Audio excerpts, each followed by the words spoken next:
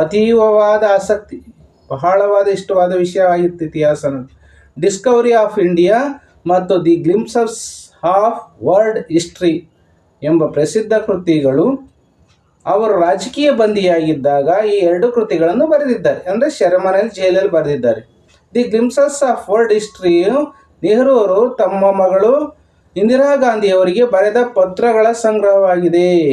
ತಮ್ಮ ಮಗಳು ಇಂದಿರಾ ಗಾಂಧಿಯವರಿಗೆ ಬರೆದ ಪತ್ರಗಳ ಲೆಟರ್ಸ್ನ ಒಂದು ಸಂಗ್ರಹ ಇದೆ. ಯಾವುದಪ್ಪ ಅಂದರೆ the Glimpses of world history. Nehru ಪ್ರಕಾರ ಇತಿಹಾಸ ಅಂದರೆ ಏನಪ್ಪ ಅಂದರೆ, ನೆಹರೂರವರ ಪ್ರಕಾರ ಅನಾಗರಿಕತೆಯಿಂದ ನಾಗರಿಕತೆಯೆಡೆಗೆ ಸಾಗಿದ ಮಾನವನ ಕಥೆ ಇತಿಹಾಸ. ಅಂದರೆ ಯುಗ ಯುಗಗಳಲ್ಲಿ ಮಾನವನು ಪ್ರತಿ ಹಂತದಲ್ಲೂ ಪ್ರಗತಿ ಹೊಂದಲು ಸಂಘರ್ಷ ಮಾಡಿದ್ದಾನೆ ಎಂದು ನೆಹರು ಅಭಿಪ್ರಾಯಪಟ್ಟಿದ್ದಾರೆ. ಮಾನವನು